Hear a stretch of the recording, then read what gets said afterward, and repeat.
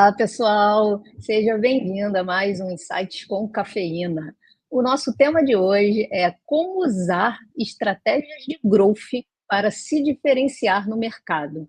Hoje comigo eu tenho aqui o Júlio Pires. Ele é Head de Growth Marketing, especialista em estratégias de crescimento.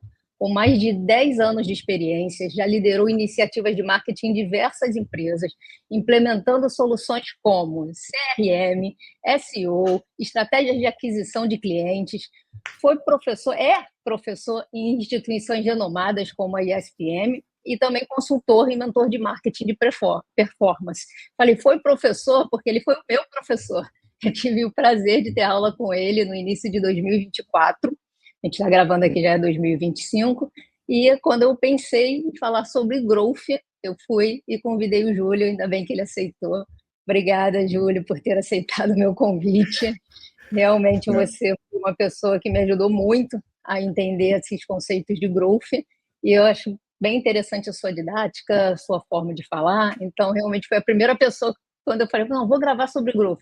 Vou lá na cara de pau, mandar mensagem para o Júlio, se ele aceita. E ainda bem que você aceitou. Muito obrigada por ter Não, aceitado Érica, gravar comigo. eu que agradeço o convite. Enfim, eu acho que o pessoal vai pegar, mas você já sabe, eu gosto de falar. Tenho oportunidade de falar e de falar da área que eu gosto de trabalhar, então não estou recusando, né? Enfim, eu acho que o pessoal vai ver o quanto que eu gosto de falar e como pilhado eu fico nesse assunto, né? Então, é isso. Obrigado mesmo pelo convite. Pô, adoro participar de conversa assim também. Acho que tem muito para trocar, acho que tem muito para despejar aí de conhecimento que vem, né? Coisa que dá para pensar, coisa que às vezes tu pensa aqui na hora só, inclusive, pô, é muito, muito legal. Ah, bem legal. E até tem uma ideia aqui para a gente começar a nossa conversa, que eu acredito que seja uma pergunta que sempre te faço. Qual é a diferença quando a gente ouve os termos na internet, LinkedIn, mídias, entre growth hacking e growth marketing? Qual é o cenário que cada um entra? Qual a abordagem que você indica? Aí você já começou na polêmica, mas vamos lá. Deixa eu gosto de explicar sempre de uma forma bem trazendo onde que nasce o termo, na verdade, né? Então, a gente tem que entender que growth marketing vem depois de growth hacking, e growth hacking hoje é um termo bem em desuso. Eu acho que esse que é o grande ponto. É raro tu ver uma empresa que, por exemplo, chama uma equipe de growth hacking ou fala muito de growth hacking. Não é um termo que é muito usado hoje mais. E na prática, né, onde que eu vejo que dá conflito, onde que às vezes os conceitos não se pegam, o pessoal não entende, Growth Hacking vem muito daquele livro famoso do Sean Ellis, o Hacking Growth, que ele fala de Airbnb, ele fala de Dropbox, como essas empresas começaram ali as suas estratégias, coisas bem pontuais. E, enfim, quem não leu, recomendo, inclusive eu tô com ele aqui na mesa, enfim, tô com um monte desses livros aqui perto, mas quem leu sabe que ali é muito diferente, não é marketing, não é produto, não é até growth, equipes de growth, ali é uma coisa um pouco meio solta, no sentido que cara, o objetivo é crescer, o objetivo é dar certo. Não interessa a forma, a gente vai dar um jeito de dar certo. É meio que essa mentalidade. E daí vem um pouco daí essa questão do growth hacking. Só que, obviamente, à medida que as coisas vão crescendo, tu precisa um pouquinho mais de organização, tu precisa um pouquinho mais de estrutura. Aí começou a se amadurecer mesmo também, né? O mercado, as pessoas começaram a pensar um pouco de, bom, como é que eu faço uma estrutura que isso funcione? Como que eu faço isso funcionar em escala dentro da minha empresa? E daí começa a ter umas quebras, então o growth marketing ele é um pedacinho, ele é uma delimitação dentro de quando a gente fala growth como um todo, né? Então eu falo na equipe de growth, eu vou falar, bom, às vezes vou ter um growth engineer, que é uma coisa, é mais comum lá fora, né? Mas falando de um desenvolvedor, um engenheiro ali de software, que o objetivo dele é trabalhar na equipe de growth, ele quer escalar a empresa ali de alguma forma. Às vezes tu vai ter um growth designer, que é um designer muito focado em qualquer coisa necessária, pode ser UI, pode ser uma parte ali mais de UX, pode ser peça de criativo, ele vai estar ali dando tapa para resolver growth com design. E daí tu entra no growth marketing, que daí aqui a gente entra na mais polêmica, eu acho que eu acho que a gente deturpou muito no mercado brasileiro o que é growth marketing. Muito por uma questão de puxar esse termo, pô, legal, termo novo, vamos lá. E é muito comum as pessoas, e eu vi um post essa semana de uma pessoa falando, um head de growth, uma empresa bem conhecida aqui do Brasil, falando, pô, eu abri uma vaga de analista de growth e 60% das pessoas que se candidataram eram pessoas que só fizeram mídia paga a vida inteira. E growth marketing, tudo foi para esse lado. Growth marketing é crescimento, é marketing, é mídia paga. Não é. É uma junção de todos esses pontos que você está citando. E vou dar o meu pitaco aqui. Eu acredito que muita gente pense que a melhor forma de escalar quando você usa marketing é pagando, é através de mídias pagas. Exato. Inclusive, tive até uma experiência que quando a gente foi medir, por incrível que pareça, o que apresentava mais resultado era o offline. Dependendo do negócio que você tenha, às vezes fazer evento offline, ele é mais vantajoso quando você vai fazer as suas métricas e os seus cálculos. E falando desses desafios, né, de implementar essas estratégias, quando a gente fala de growth, a gente fala muito de experimentação. Então, sempre tem a pressão para o resultado. Quando você vai conversar lá, justificar com o seu C-level, olha, não, a gente está testando isso, vamos precisar de X por tanto tempo para a gente começar a ver para onde a gente vai. Só que experimentação pode dar certo, pode dar errado. E como é que você indica a lidar com esses desafios de você chegar e justificar, olha só, a gente está implementando uma estratégia de growth, a gente tem que experimentar, a gente tem que medir e saber que precisa de um dinheiro, um aporte para fazer todo esse investimento e depois medir os resultados. Não é algo instantâneo como muita gente deseja e cobra. Assim, minha visão bem simples, bem clara sobre isso tu precisa ter buy-in de quem está junto. Não adianta, se tu não tiver essas pessoas compradas, vai dar errado. Talvez não dê errado no primeiro mês, talvez leve 3, 6 meses, vai dar errado. O ponto daí dando um passo até para trás, não é porque tu tá numa equipe de growth ou growth marketing que tu é um analista de growth marketing necessariamente. Eu gosto dessa visão num sentido que é assim, e daí eu pego um pouco e daí dando uma referência, a Helena Verna, que, enfim, tocou Growth, Dropbox, Miro, muitas empresas cresceram muito, ela é realmente uma referência na área. Ela tem uma divisão que eu gosto muito, que tu tem os optimizers e tu tem os builders, então as pessoas que otimizam e as pessoas que constroem. E são perfis muito diferentes. Então, uma coisa numa equipe de Growth é quando, por exemplo, tu validou um canal que é mídia paga. Validou, funciona, aí tu vai pegar um especialista para te ajudar a escalar esse canal. O problema, que é onde tu está falando, é no outro, é nos construtores. Esse construtor, se ele for um analista de mídia paga, ele vai tentar resolver tudo com mídia paga, provavelmente. Ele não vai ter, talvez, a expertise para uma estratégia de SEO, para uma questão de PR, para ir em evento. Eu tenho um exemplo, talvez, que eu uso com todas as minhas equipes, que é bem idiota, mas ele é tão idiota que eu acho que ele funciona por isso. Que é, enfim, sempre trabalha em empresas remotas, em empresas muito voltadas à tecnologia, digital. Então, a gente está sempre pensando, pô, SEO, é mídia paga, CRO, vamos e-mail, como é que a gente vai fazer? Fala, putz, gente, se entregar panfleto no sinal for a forma que a empresa vai crescer, esquece mídia paga. A gente vai no sinal entregar panfleto e é isso.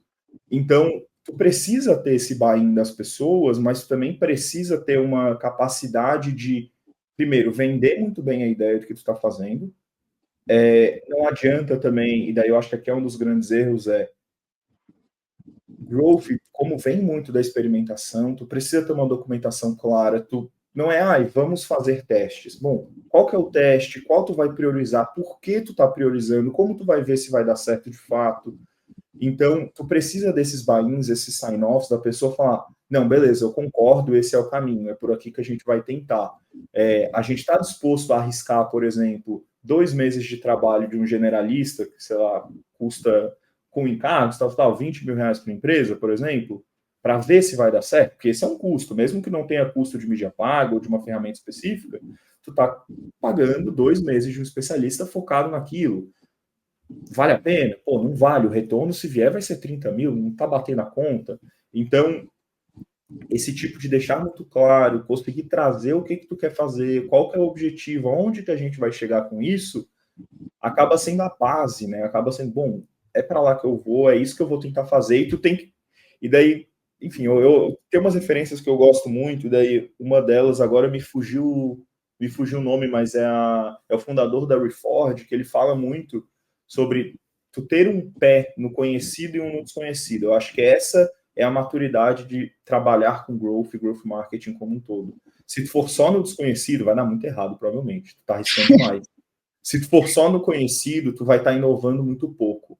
Então, tu tem que entender um balanço onde, bom, vamos fazer o que eu conheço um pouco. Bom, eu conheço SEO, pô, então vou tentar uma coisa mais SEO, é mais segura, eu tenho um pouco mais de visibilidade. Mas vamos inventar, nunca fiz PR, vamos ver se ajuda, vamos em evento, nunca pisei o pé num evento. E daí tu faz esse balanço, tu consegue entender para onde tu vai, tu consegue vender, porque mesmo que tudo der errado, provavelmente alguma coisa dá certo, tu mostra sinal, tu tá mostrando que tu não tá só patinando, tu consegue aprender mais rápido. SEO, por exemplo, digamos que tu tem conhecimento, tu vai conseguir entender mais rápido se tá dando errado e tirar o pé Sim. e ir para outro lugar. Então vem muito disso.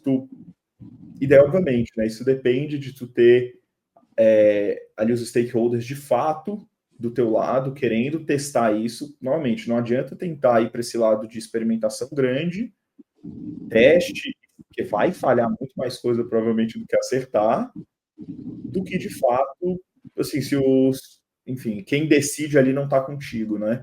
E eu falo muito de segurança. Eu acho que eu tenho só pegar um gancho aqui, que é uma coisa, eu provavelmente falei em várias aulas minhas já, talvez já tenha até ouvido, que é, eu acho que um dos maiores erros que as empresas têm em mídia paga isso, mas isso se replica a growth marketing, tu não dá segurança para aquele teu analista ou para aquele teu especialista, até para o teu gerente que seja, de falar, olha, não dá para gastar mais aqui, não é aqui o caminho, eu preciso reduzir verba, eu preciso fazer outra coisa. Porque se tu não dá essa segurança, a pessoa não vai te dar a transparência de, pô, a gente está investindo 1 milhão em mídia paga, vamos reduzir para 400 mil, que os outros 600 mil a gente está meio torrando, não está dando certo. Um especialista em mídia paga fala isso em 99% dos casos, na cabeça dele vai pensando, bom, eu estou pedindo demissão quase, eu estou pedindo para me demitirem. Então, esse tipo de segurança de posso errar, posso testar, e faz parte do processo, as pessoas estão alinhadas que errar faz parte, é o que de fato cria essa cultura. Se tu não criar essa cultura, tu vai ter tu vai ter tua própria equipe fazendo política contigo para tentar sair bem e não necessariamente chegar no crescimento. Daí a gente começa a entrar nos conflitos pessoal corporativo ali. Daí ali quebrou as pernas, não tem muito o que fazer.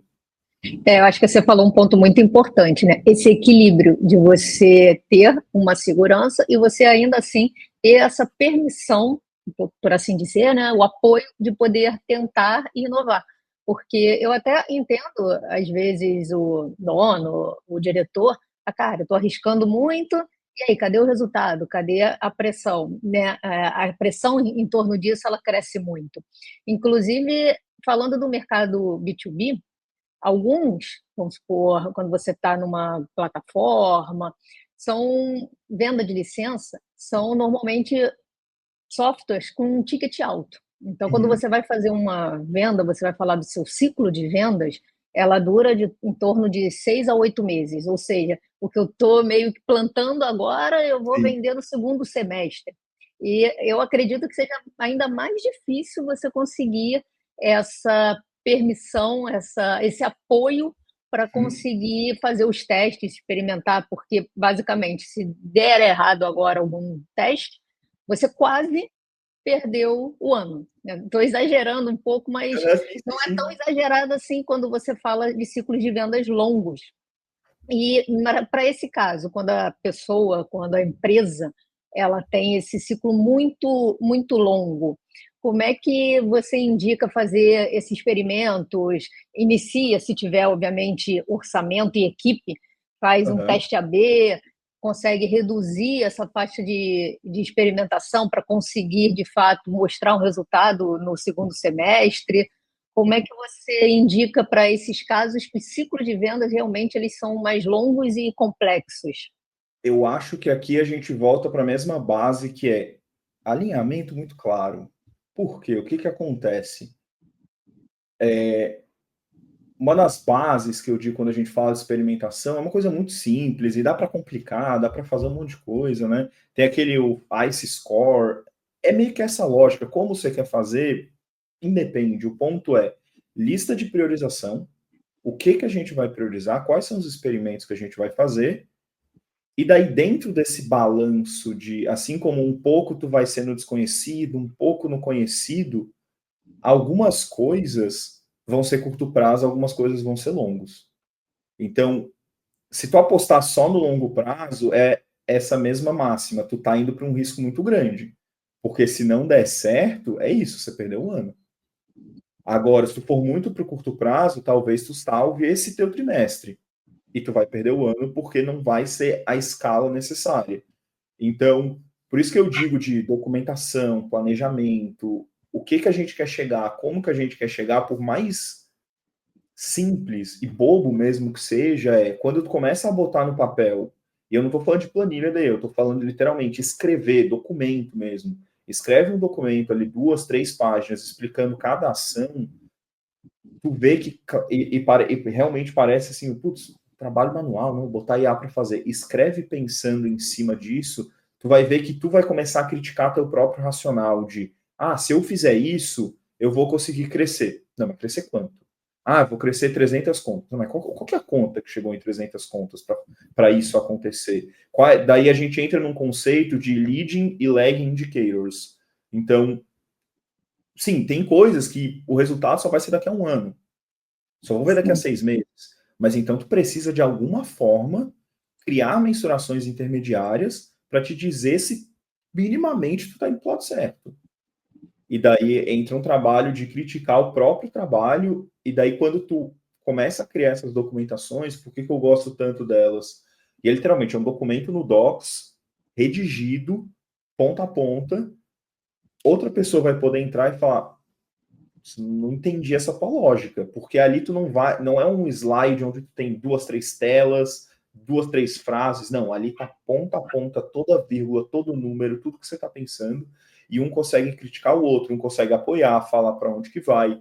E daí quando a gente fala de ciclo mais longo de vendas, eu acho que aqui mora uma das primeiras armadilhas que estão mais tão atreladas aqui no contexto, que é não é porque o ciclo de vendas hoje é longo que ele tem que ser assim ou ele não tem outra forma de trabalhar. Então, se a gente olhar, vou dizer aí, os últimos 5, 10 anos, a gente vê esse movimento muito do PLG, que é o Product Led Growth, que é o que foi as empresas fazerem isso também?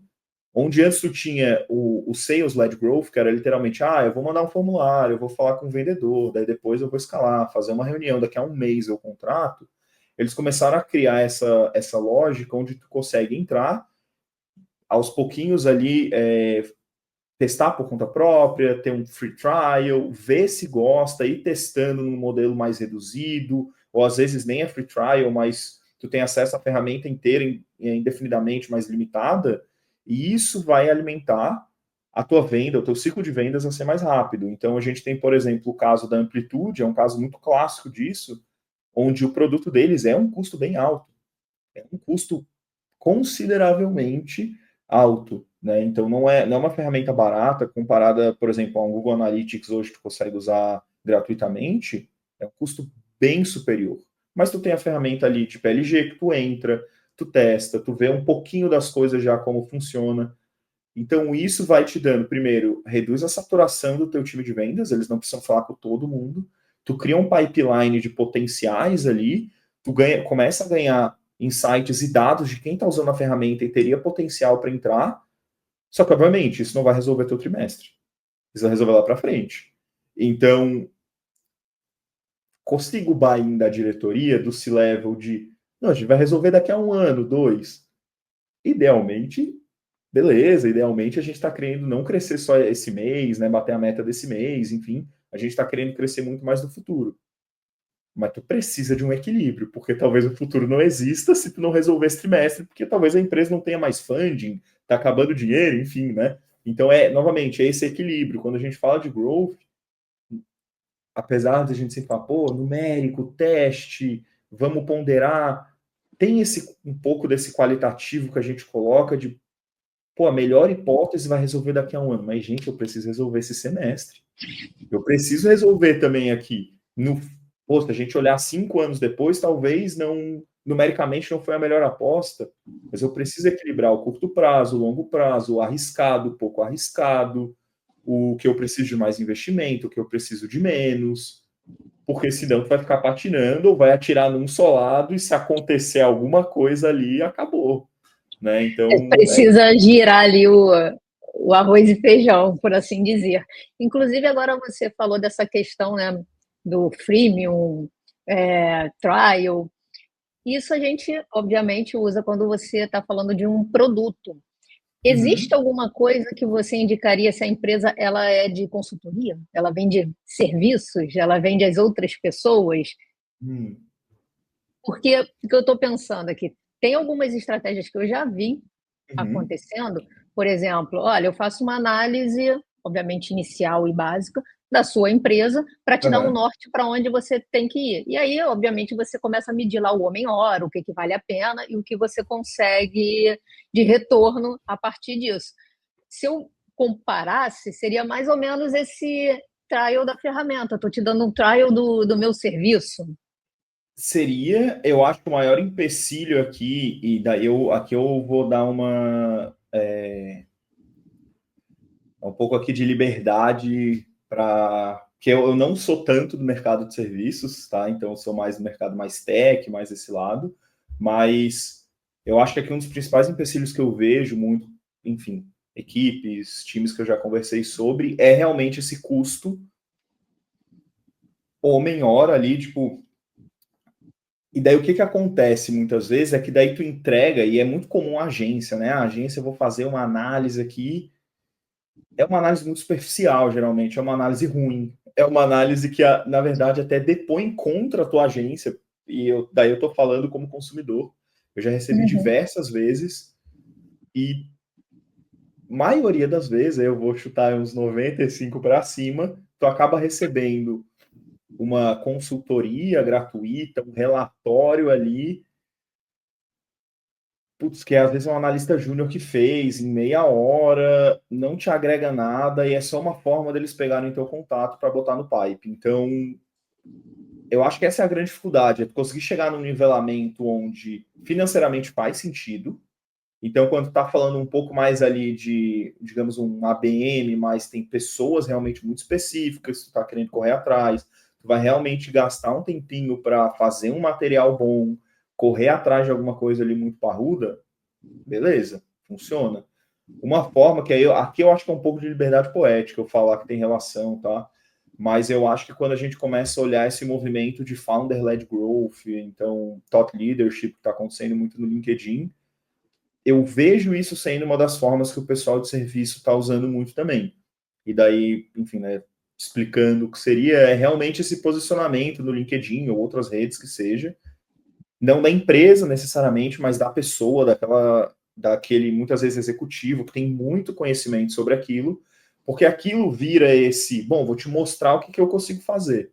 Então ele dá essas pílulas de conhecimento em forma mais escalável, então ele consegue atingir, digamos, 100 pessoas, 100 e-commerces, Sim. muito melhor do que, vou te fazer um relatório aqui, vou te mandar um relatório sobre o teu e-commerce que, enfim, não ajuda. Então ele consegue gastar muito mais horas, às vezes, para fazer um material muito bem feito, que óbvio ele vai ser mais genérico, ele não vai ser específico daquela empresa, mas ele consegue disseminar essa captação, digamos assim, e ele consegue mostrar de fato, bom, minha empresa faz isso, a gente soluciona teu problema dessa forma, a gente vai por aqui, e a gente começa a poder fazer realmente esse pipe ali, né? É um movimento que, vou dizer aqui que no Brasil deu uma explodida nos últimos 2 anos, mais ou menos, deu uma Sim. crescida boa. O mercado americano já vem um pouquinho mais forte, né, normal, né?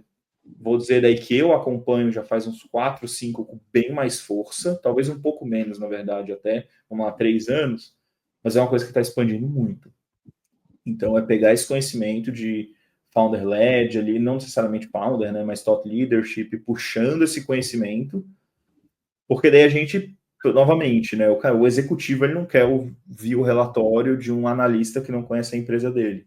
Ele quer ouvir um relatório ou uma constatação de alguém que realmente tem muita expertise naquilo. Eu acho que, novamente, não é que a empresa não tenha expertise, mas é que geralmente não vai valer a pena. Eu botar um baita especialista vai ser muito caro, né? Daí Sim. tira essa conta aí. Eu concordo bastante com o que você falou agora. Inclusive, esse movimento a gente vê muito acontecer no LinkedIn. E eu acredito que quando o fundador, o CEO ou alguém em cargos de diretoria passa o conteúdo, ele traz uma autoridade para ele, que obviamente transfere para a empresa. Se eu pegar, tenho uma empresa ABC, eu começo a falar, olha, eu ajudo nisso, eu tenho case nisso, eu vou trazer uma autoridade para mim e para minha empresa. Então, eu E é acredito barato. muito nesse, eu acredito muito nesse movimento. E voltando aqui, você falou que a questão do growth, você envolve muito multidisciplinas. É SEO, é mídia paga, é entregar panfleto, como foi o exemplo que você falou. Na sua visão, o growth ele acaba sendo um orquestrador de estratégias, por exemplo, eu posso, quando eu for montar minha estratégia de growth, eu pego as técnicas de inbound, eu pego as técnicas de outbound. Você, para ser um gestor de growth, você acaba sendo mais generalista. Um exemplo, eu tenho que entender um pouquinho de SEO para saber se a minha equipe de SEO está indo para o caminho certo, para eu conseguir até avaliar as métricas que eles estão me entregando, mas eu também tenho que entender um pouquinho de TikTok, de ads, para eu também conseguir ajudar, entender o relatório e falar, olha, eu estou vendo que a gente está indo por esse caminho, mas pelo resultado, você já testou isso? Porque, obviamente, quando a gente trabalha muito com as ferramentas, nós criamos os nossos vieses. Isso é um fato que cada um de nós tem as nossas preferências e acaba seguindo aquele caminho. Então, como um gestor de growth, quando você tem que analisar isso tudo, como é que você enxerga isso? Olha, realmente, um gestor de growth ele acaba sendo mais generalista porque ele tem que orquestrar várias equipes multidisciplinares. Olha, aqui eu tenho meus exemplos clássicos aqui que eu gosto de falar, né? Tem aquele bem clássico de mercado que eu acho que a grande maioria das pessoas conhece, que é o que eu falei ali de mídia paga, que a pessoa que é de mídia paga ela vai tentar resolver só com mídia paga, que Sim. eu não lembro a frase exata agora de cabeça, mas é aquela, bom, se tu só tem um martelo, tudo parece um prego, enfim, né? Independente se é um parafuso, etc. E eu pego isso e eu falo, sim, que eu acho que não só o gestor, mas o profissional, se ele não tiver nessa cadeira de otimização, se ele tiver na de otimização, ele está mais na sua caixinha de mídia paga, de SEO e tudo bem.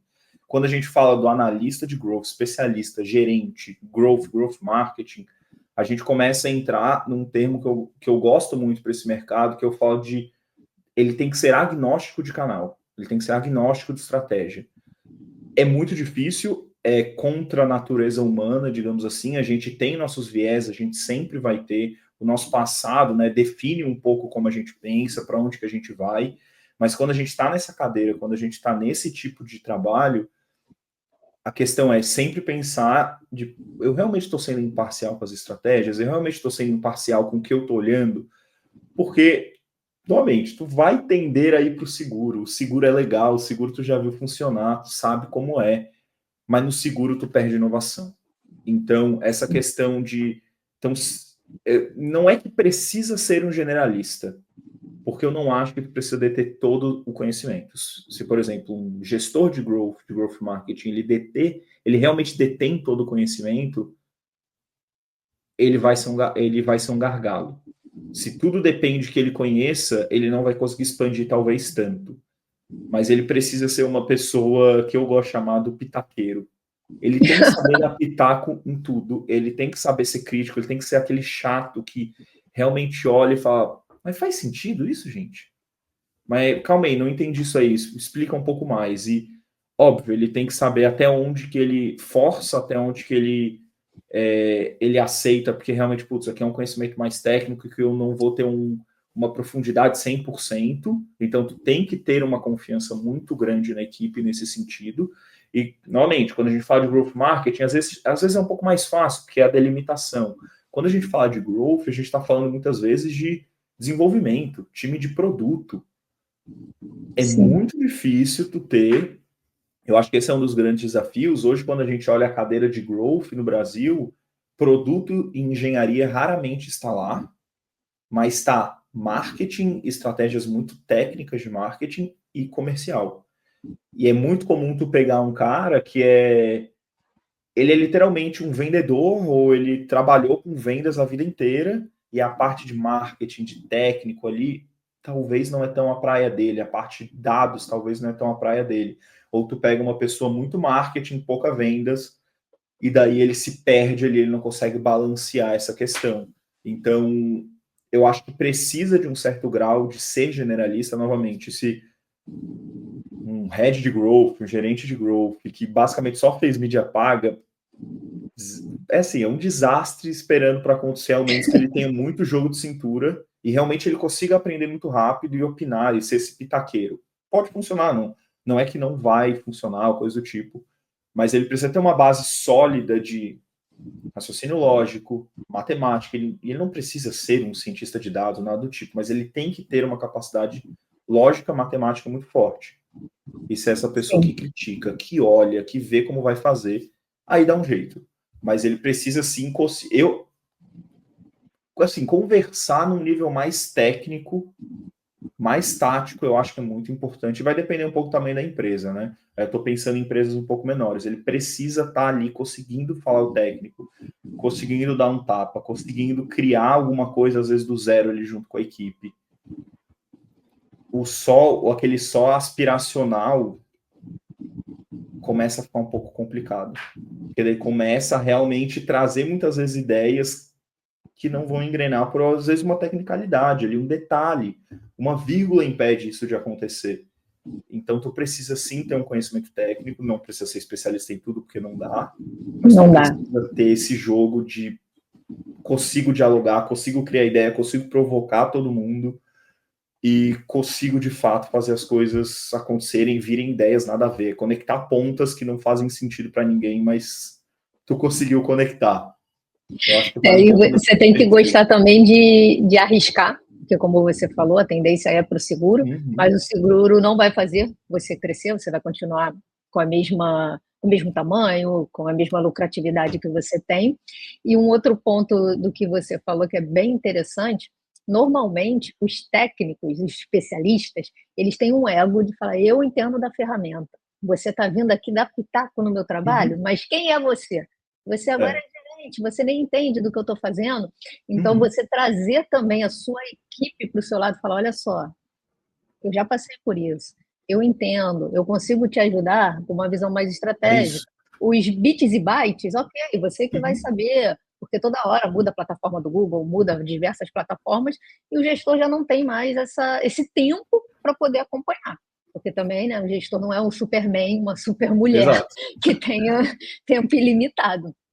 Mas trazer a equipe, mostrar para a equipe que o seu pitaco, ela tem que ouvir, calma, presta atenção no que eu estou Uhum. falando, eu não estou falando que você não sabe, mas aceita essa outra ótica, eu estou olhando de fora, eu estou vendo, analisando o que você está me trazendo, vamos tentar.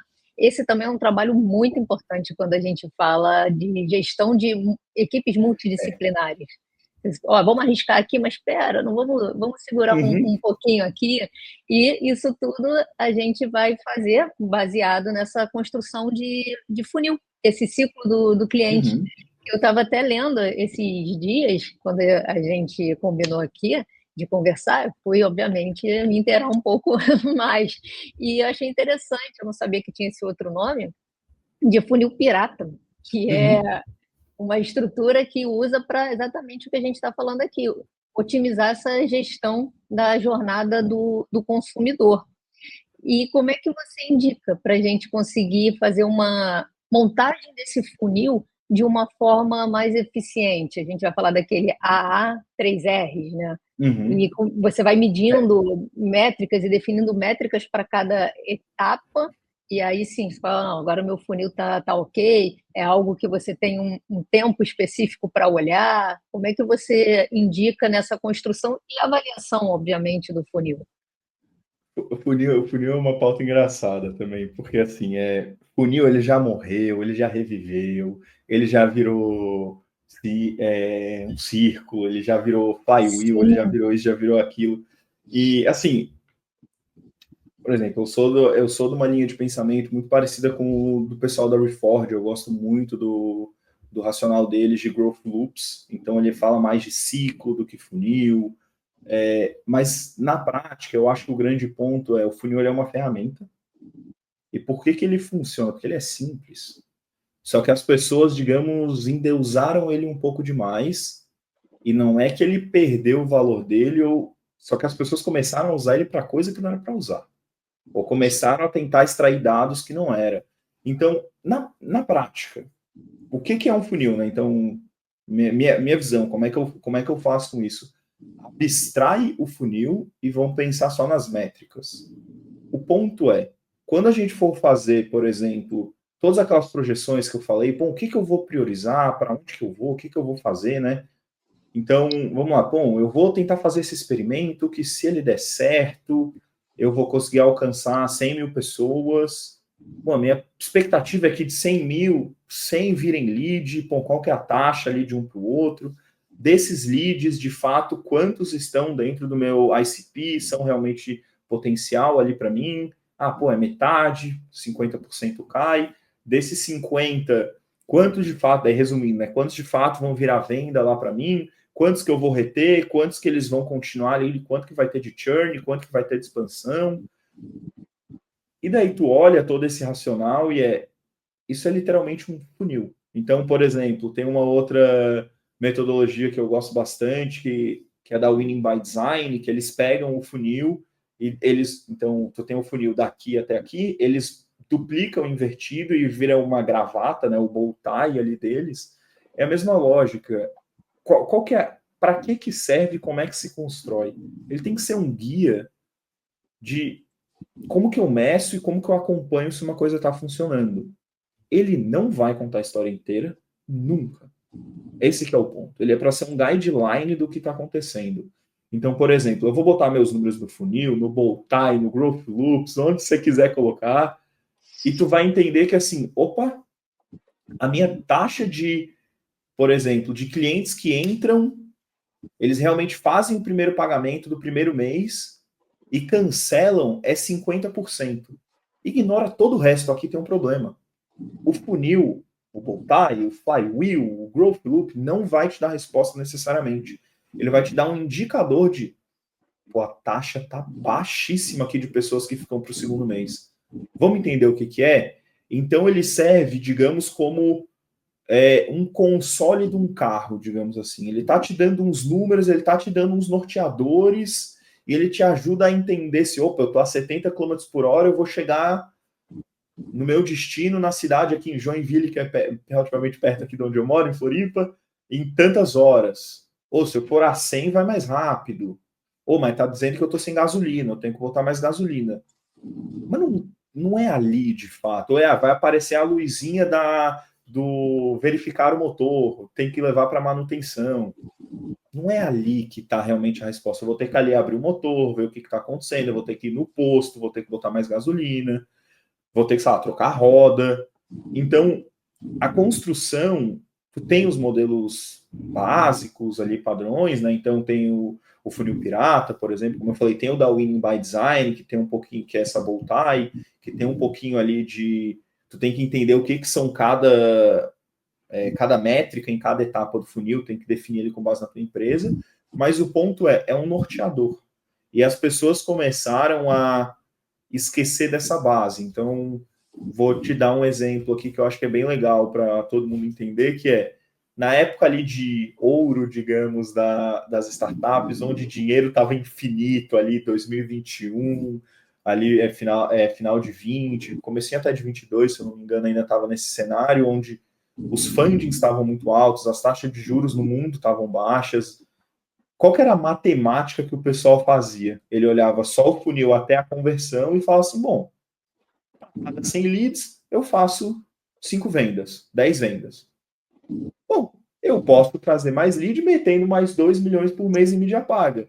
Aí dá mais, sei lá, 30 vendas com base nisso, porque vai trazer X leads. E todo o resto, gente, qual que é o contexto? É lead bom ainda que eu estou trazendo? Ele continua a comprar de mim e começa a entrar nesses problemas que, digamos que o pessoal estava ignorando porque estava olhando só um funil até a venda. Esse é um dos primeiros pontos muito importantes, que se olhava só até a venda e falava, depois que vendeu, vendeu e bola para frente. O resto é resto. E daí Ignorando, inclusive, a parte de retenção, né? Pelo que você está explicando, exato. porque a gente sabe que atrair mais, como você falou, bota mais dinheiro, vai mais mídia paga, eu vou trazer mais gente. Mas se eu não estou retendo, eu vou cada vez mais colocar mais dinheiro, trazer mais Vender gente. é fácil. Esse que é o ponto, vender é fácil. Se eu mentir um pouquinho ali no meu anúncio e falar que eu entrego o XYZ melhor, tu vende. Mas quando a pessoa descobrir a verdade, ela vai embora. E daí não começa a não pagar a conta. E daí uma das coisas que começa a aparecer mais quando a gente começa a falar de funil, growth, todas essas pautas, e é por isso que entra a metodologia da Winning by Design no mercado.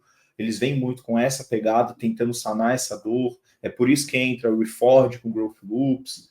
É falar de retenção. Principalmente quando a gente fala de SaaS, que é mensal, mas se aplica também à prestação de serviço, agência, consultoria, o grande ponto é, não adianta tu ficar um mês. Eu preciso que tu fique bastante tempo. Então, novamente, são os direcionadores. Se teu churn está alto, as pessoas estão abandonando, beleza, é um indicador. Agora, por que elas estão abandonando? O que está acontecendo que esse churn está acontecendo? Está realmente, de fato, aparecendo ali, né? Aí tu vai descendo seus números, tu vai descendo teu CRM, tu vai entender o que aconteceu. Então, o que eu digo é, o funil ele tem que ser um norteador. Ele é um norteador geral, ele é o resumo, porque sim, tu vai entrar na empresa, tu vai ter que olhar ali, executivos principalmente, C-level, diretores, eles não vão ter 2 horas para discutir todos os detalhes do funil, mas ali vai dar um norte para eles do que está acontecendo. E daí tem uma fala que eu gosto muito, que é do Mark Ritson, que, enfim, ele é uma referência bem forte na questão de marketing, que ele fala, funil é para nortear. As pessoas tentam refazer, criar um novo modelo. O modelo funciona. A questão é que vocês estão tentando fazer coisa que não é para fazer com ele. Deixa ele ali na dele, usa ele te dá um norte, ele não vai contar a história completa e tá tudo bem. Não é para contar a história completa. A história completa precisa de mais do que uma imagem com 5, 6 números. Sim. É por isso que a gente vai ter, sei lá, DRE, tu vai ter análise de fluxo de caixa, tu vai analisar e tu vai ter uma equipe de ciência de dados. Porque se um funil com 6, 7, 8, 10 métricas que seja, conseguisse contar a história completa, tu não precisava de mais nada disso. Tu podia ignorar isso e vai só com o funil. O funil é um resumo, o funil ele é um norteador. E eu acho que esse que é o ponto. O que tu quer mensurar? E daí tem as bases, né? Que é conversão, retenção, expansão, etc. Mas, novamente, constrói a base, o que funciona, como é que é o ciclo de venda da tua empresa, e tu vai realmente ver como chega lá. Tu não precisa inventar a roda, criar um novo modelo, refazer a matemática. Gente, é simples. É simples. Ele ajuda até olhando assim pela uma construção de uma matriz de risco. Se eu sei que, como você falou, olha, pago um mês, não pago o segundo, calma. O porquê não pago o segundo? A experiência está sendo ruim, essa pessoa precisou de suporte e não conseguiu.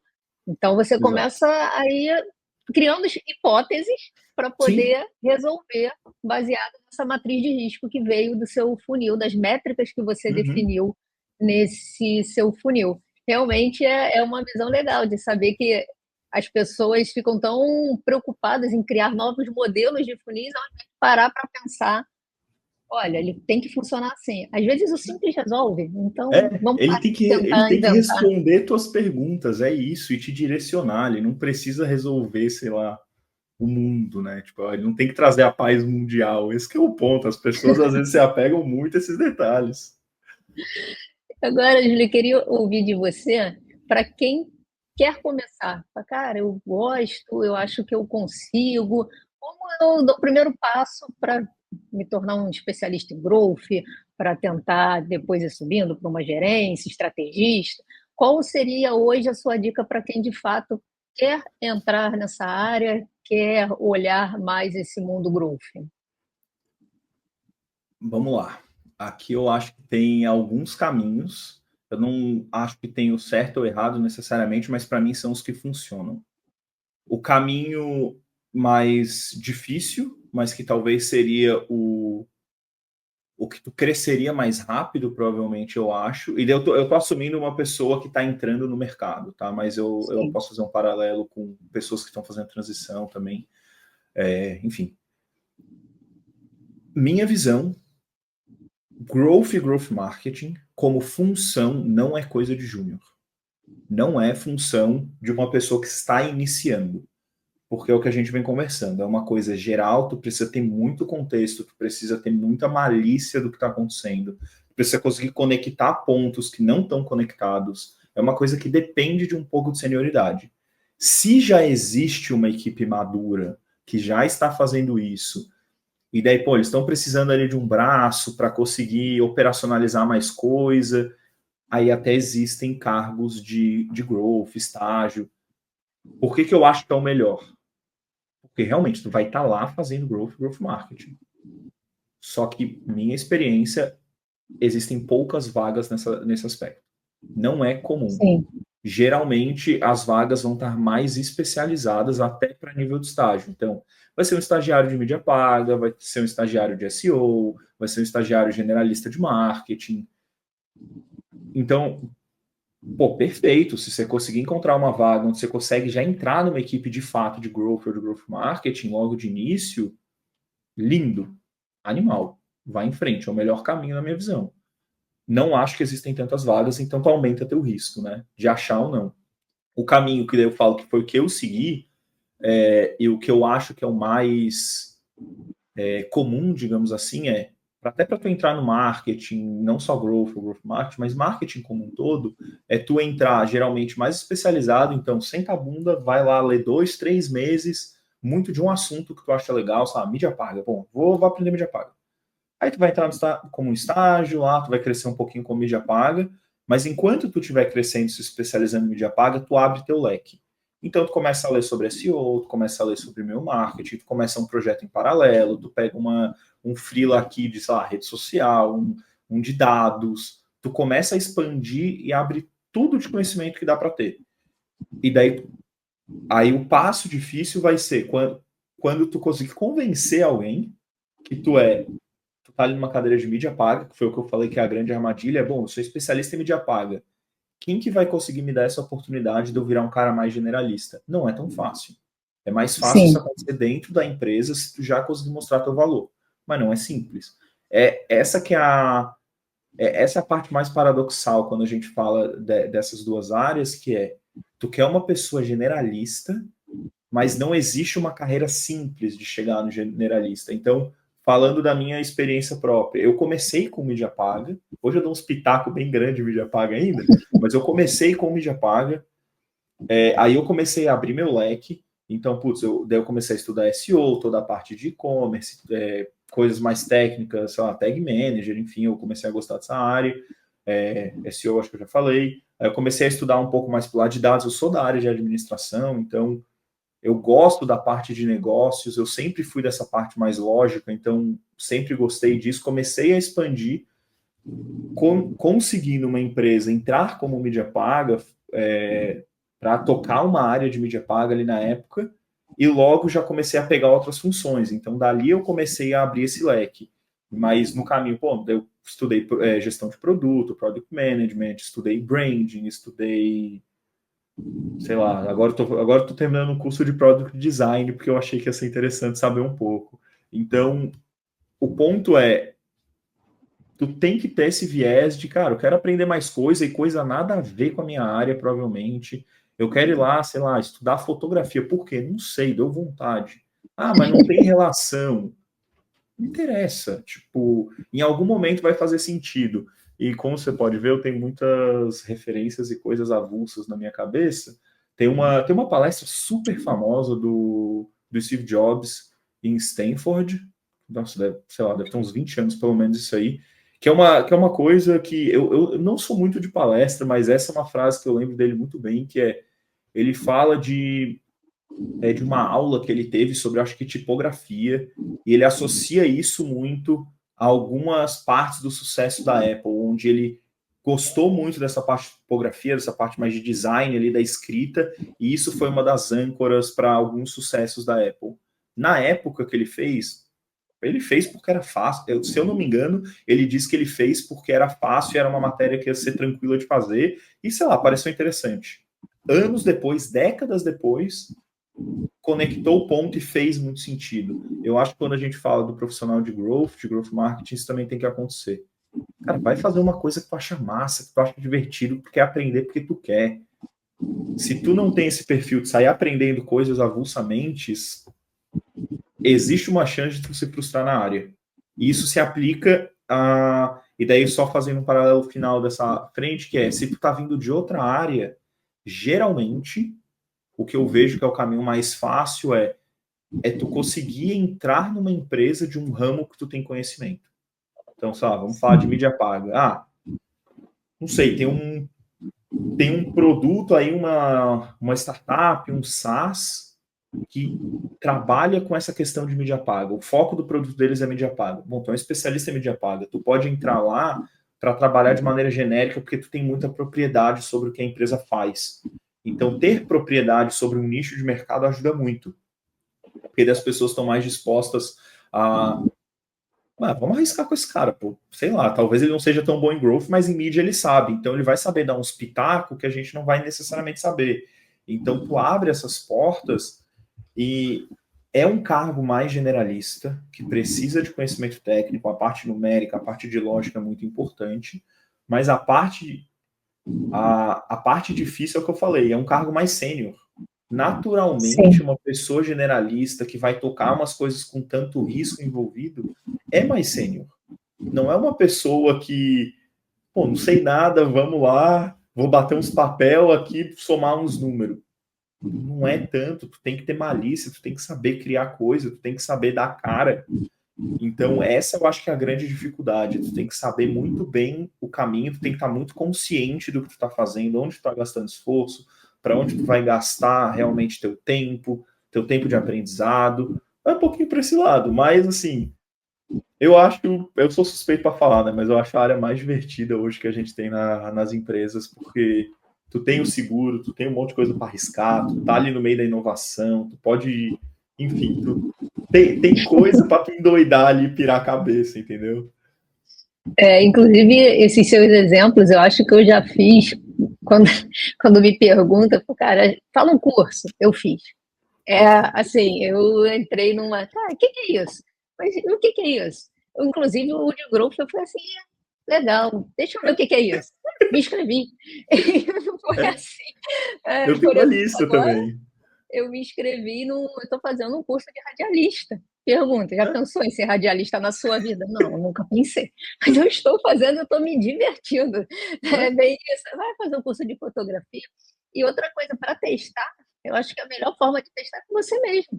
Cria uhum, lá teu site, faz o exato. SEO, deu certo ou não deu certo. Ah, vamos gastar aqui R$ 50, R$ 100 em mídia paga. Vou apertar o botãozinho do turbinar, vamos ver o que que isso acontece. No E final tu aí, eu acho que aprende, né? Alguma coisa se exatamente, aprende. a gente acaba sendo o nosso próprio objeto de estudo. A gente testa com a gente mesmo. Júlio, a gente está chegando aqui ao nosso final, essa conversa maravilhosa. Acho que a gente conseguiria ficar falando aqui mais umas 2 horas. E eu sempre termino aqui a conversa com uma pergunta sobre você. O programa, né, é Insights com Cafeína, porque a ideia é essa, de trazer ideias, de trazer insights, de abrir possibilidades, trazer novos pontos de Uhum. vista. E o cafeína é uma brincadeira com café, que é algo que eu sou uma consumidora bem frequente. Não consigo realmente começar um dia sem aquele cafezinho. E olhando agora aqui para a sua trajetória, que a gente conversou um pouco, Ou se você fosse avaliar e pudesse colocar, sei, um café extra, o que você conseguiria mudar? O que você acha que você conseguiria mudar? Ou não mudaria nada, simplesmente tomaria um café para Hum. relaxar, porque todo o processo aconteceu de uma forma fluida?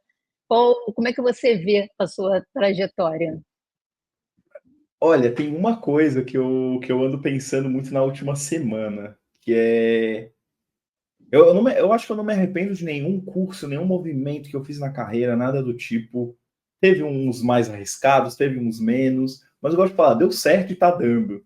Então, assim, não sei, talvez se eu tivesse feito uma coisinha um pouquinho melhor aqui, talvez ia ter dado mais errado. Um pouquinho de sorte ali, tem, né? Mas a gente aceita e tá indo muito bem. Então, isso não me arrepende nem um pouco. Mas uma coisa que eu venho pensando muito é que é sobre o aprendizado de idiomas. E daí deixa eu devagar aqui um pouco. Enfim, inglês sempre fez parte da minha vida, infância, adolescência inteira. Eu sempre fui aquela pessoa que ficou o dia inteiro no computador consumindo coisas em inglês. Fun fact, eu joguei um jogo de computador profissionalmente na minha. Eu tinha uns 20 anos, então minha vida era em inglês, esse que é o ponto, né? Para quem se interessa, Dota 2 na época. E, e daí eu comecei a pensar sobre outras línguas. Daí eu já faz um tempinho aí focando muito em aprender espanhol, ainda estou bem iniciante, assim, estou fazendo por conta própria. E daí, puxando toda a nossa conversa aqui, eu acho que casa perfeitamente, mas uma reflexão que eu já venho fazendo é sobre mandarim. Por quê? Quando a gente olha todo esse nosso conhecimento de growth, tudo que a gente está conversando aqui, todas as referências que eu falei, que a gente comentou aqui, tudo é desse nosso mundo Américas, Europa. Sim, A gente sabe muito bem que a China está vindo num crescimento muito grande. Temu, Shopee, enfim, um monte de empresa tech deles crescendo. Quanto você já consumiu conteúdo sobre growth da China? Pois é outro mundo. Quanto de conhecimento tem lá que a gente não tem a menor ideia? E eu me peguei muito refletindo isso nas últimas semanas, no sentido de eu vejo uma discrepância muito grande em quem fala inglês e quem não fala quando a gente fala do mercado de growth, porque tu reduz muito a quantidade de conhecimento que tu consegue adquirir, porque tu tem muito menos referências comparado ao mercado de conhecimento, enfim, em inglês. Não é uma coisa que eu me arrependo, não ter aprendido mandarim, eu acho que não é fácil, não sei nem se eu vou conseguir, mas hoje eu penso assim, pô, seria legal ter começado 10 anos atrás, né? Então, eu tô olhando muito essa, eu tô tentando ponderar, putz, será que eu tiro um pouco o pé do espanhol e começo a expandir um pouco lá? Eu acho que eu não vou fazer isso, acho que eu vou focar um pouco no espanhol primeiro, pelo menos esse ano. E eu penso, meu, imagina tu saber um basiquinho ali de mandarim, começar a ter um pouco mais de contato com esse outro mundo, com esse outro. Literalmente, quantas pessoas tem na China hoje? Eu não tenho a menor ideia. Eu sei que é mais de bilhão, agora não sei se é um ou dois, enfim. Mas é uma parcela muito grande do sim. nosso mundo. E eles são meio que uma bolha deles ali. Imagina quanto de conhecimento tem ali, quanta troca tem para ter ali, que a gente não tem o menor acesso. Mesmo, ai, pô, bota para traduzir. Não é a mesma coisa, tu tá Não ali, é. fato. E, enfim, eu acho que essa é uma das principais reflexões que eu tô tendo nesses últimos tempos de, meu, quanta coisa a mais tem aí? Porque eu sou que nem tu, eu tenho curso, eu tenho uma lista de uns 8 cursos para fazer aqui, tá? Não sei quanto que eu Pois vou é. conseguir fazer todos. Me enfiei num doutorado recente, né? Então estou fazendo doutorado aqui agora também. Porque eu tenho essa pilha também. Eu fico, cara, imagina a quantidade de coisa que tem lá para e nova e que ninguém, né, entre aspas, vamos lá. Uhum. Deve Não ter é tão bastante. divulgada. Eu penso, pô, quantas pessoas da área de growth do Brasil sabem mandarim? Pô, não deve ter muito, não. Então, pô, Verdade. legal. A quantidade de conhecimento que a gente pode puxar, que a gente pode agregar ali para esse nosso mercado, que é um mercado grande. O mercado brasileiro é muito grande, não tão desenvolvido quanto deveria, no meu entendimento. Eu acho que a gente está um pouquinho atrasado, mas está pegando muita velocidade. Pô, os últimos anos me animaram demais com a velocidade que a gente está pegando nesse sentido. Eu penso, pô, quanto que a gente não sabe, sabe? E isso me deixa muito, tipo... Nossa, é aquele mosquitinho da curiosidade aí que vem da sua trajetória. imagina, Entendo tipo, bem como é isso. quantidade de Esses conhecimento que tá lá, sabe? Nossa, não. Mas também não é uma língua muito fácil, né? Talvez eu esteja falando uma coisa que eu não vou conseguir fazer, mas é uma das coisas que eu venho pensando muito. Mas acho que a gente muda muito ao longo do tempo. Por exemplo, quando eu fui fazer pós, eu venho da área de TI, área completamente técnica, e quando eu fui fazer pós, era uma matéria de ciências sociais ligadas à antropologia.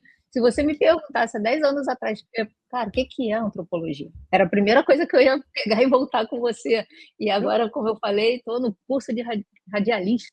Então, você vai abrindo, acho que quando a gente tem essa coisa, cara, deixa eu ver como é que é, vai trazendo essas suposições, hipóteses, e aí, se eu aprender, o que será que tem ali de bom? Será que eu consigo explorar esse outro universo? Cada pulguinha, né, cada pulguinha vai te moldando, então é exatamente isso. Daqui a pouco tu inventa de fazer um curso, sei lá, de...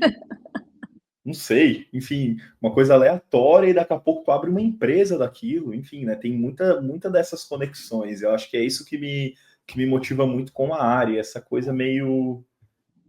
tem muita possibilidade, tem muita coisa para a gente conversar, tem muito passo para a gente ir, então é uma doideira, uma doideira. Bem legal, Júlio. De novo, muito obrigada por ter aceitado. Nosso bate-papo foi incrível. Tenho certeza que quem vai assistir a gente vai curtir bastante. Espero que todos aqui tenham gostado, todos que vão assistir. Sigam o Júlio, ele é fantástico. Eu não tenho nem muito mais como explicar, porque a aula dele é boa. Vocês notaram aqui pelo bate-papo o quão ele consegue explicar bem, o quanto ele é apaixonado por growth, por tentativas, hipóteses. De novo, Júlio, muito obrigada. A gente agradeço bastante quem assistia e vejo vocês no próximo Insights com Cafeína. Até mais. Eu que agradeço, Érica. Tchau, tchau, gente.